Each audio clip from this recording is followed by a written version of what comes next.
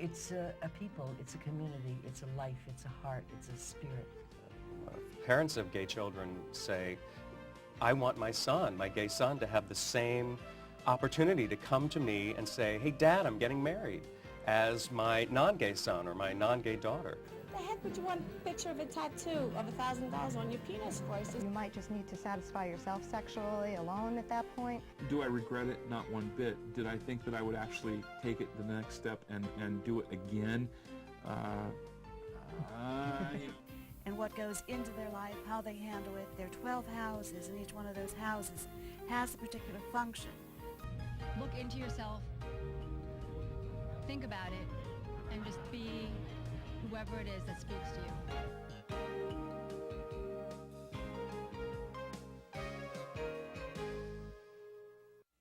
Hello and welcome to Talking About. Today I am bringing you a very special guest, Robert Notter, who is a health and life coach. Yes. Welcome. Thank you. It's good to be here. Well, I'm glad you stopped by. The first and most obvious question is, what is a health and life coach? Well, that's a great question, and there really is no one specific answer except to say that I work with gay men who are really struggling with perhaps not liking themselves so much, who don't have the quality of life that they would enjoy, perhaps healthy relationships, feeling good in their bodies, really getting up in the morning and liking who they see in the mirror. And I support them to figure out, what can I do to truly have the joy in my life that I know I deserve, but I feel like it's just not there. I feel like perhaps I'm not good enough, or I compare myself to others, or I look in the mirror and kind of see things about myself that I don't like. So I help them figure out step by step how to truly bring a lot of that health, energy, self-acceptance, and confidence back into their lives to truly enjoy who they are, what they do, and everything that comes with that. And obviously you're succeeding in what you do, so there is a demand for your service. What are some of the common issues that people really find that are prevalent in the community? Well, I find that, in the gay community there are many men who struggle with really accepting themselves as they are. Oftentimes they compare themselves to others. They feel like, well, I don't look the way this person does, or I open up a magazine and I don't have the body that that guy does, or perhaps I don't have a relationship and I feel lonely. I'd like to learn how to actually create relationships that are fulfilling and meaningful. Or perhaps my body is not the size that I'd like, and I'd like to lose a little weight so I feel more comfortable. Or maybe it's that I don't have a lot of energy, I don't sleep well. I mean, the common thread in all that is that people struggle with, number one, just learning to accept themselves. And I think when you learn to accept who you are, the things in your life that you really are looking for in terms of that great relationship, liking who you are, no matter what your shape or size. And men seem to be struggling with, am I good enough? People like me.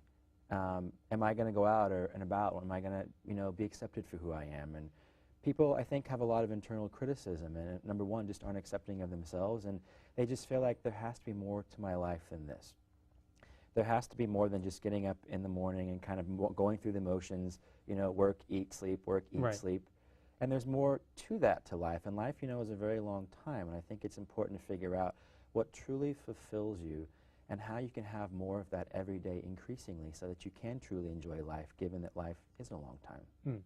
Are there some basic building blocks that we're together for a short time, so trying to keep this as tight as we can. Are there some basic building blocks that people can use?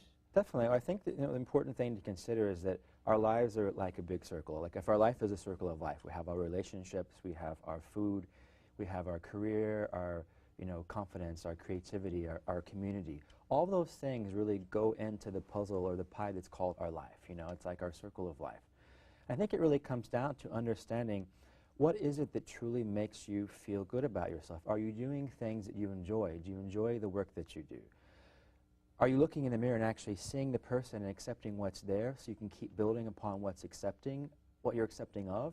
Or are you looking in the mirror and seeing what you don't like? Are you actually creating quality relationships with people who support you and honor you for who you are? Or are you really surrounding yourselves in circles of friends that perhaps are more concerned about themselves than they are about you? I think the important piece is to figure out, what is one little thing I can do each day to, number one, just acknowledge and accept myself for who I am and stop criticizing what's there, because when you're focusing on what's not working, you keep getting more of what's not working.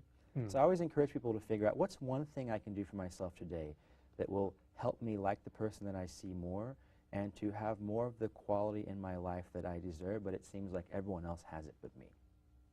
And that can mean, you know, eating better foods to have more energy. It can mean figuring out how to have better quality relationships. It can be, you know, I don't like my job, and instead of just complaining about it, I'm actually going to take some action steps towards creating a career that I enjoy and that I love. So, I mean, it's really different for each person, but I think the core piece is that life is a big circle, and if there are areas that are not in balance, that'll affect our happiness in the other areas of our life as well.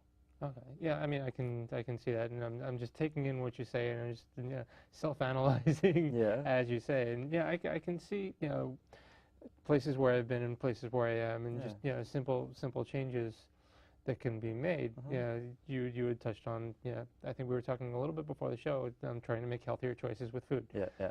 Yeah, a few pounds creeped on over the last couple of months, and I want them gone. Yeah. So now I'm actively trying to make healthier choices, and I'm aware of it, and I'm working toward it. Is that?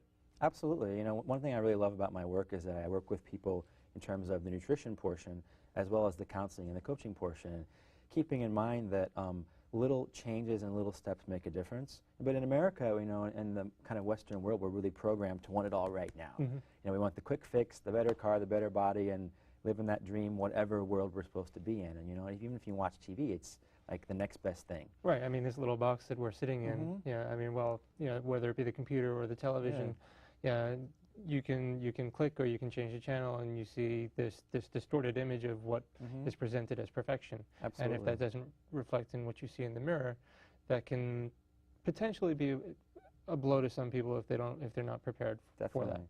Someone once, actually a very wise friend once told me that comparison is the biggest form of unhappiness.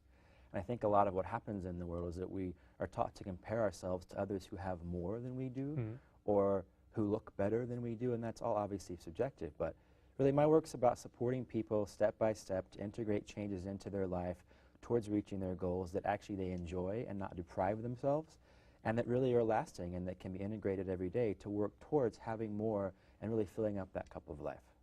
Okay, so some good basic blocks. If you had to just say to somebody one thing to do every day, what would you put out there? Well, I think that would really depend on the person and their particular situation. But one thing to do is just think about, what am I bringing into my life? What am I eating? You know, am I putting food into my body that makes me feel bad afterwards? Or am I still having relationships with people that are really dragging me down instead of lifting me up? Think about one thing in your life that you feel consistently is not in balance, and instead of thinking about how it's not working, shift your focus to, what's one little thing I can do today to feel better about at least one area of my life, and how can I consistently take at least one small step to having more of the quality that I desire in that particular area. And again, it's really individual for each person, but I think that's a good first step, is what's one thing I can do today towards an area where I feel that I'm really not as happy as I'd like to be. Okay, so that's a great first step. And if people want to learn more, where should they go to learn more? They can visit my website at www.menseekingmore.com, and they can learn about my teleseminars, and I do workshops in person. I have a newsletter with tips every month to help support them, really just kind of step by step to be with like-minded people who are all growing together to have a happier life. Okay, menseekingmore.com, and there's a link to that on the www.talkingabout.info website. I'm John Griffith with Robert Nodder. Thank you so much for spending this time with me, and I will see you next time. Thank you very much.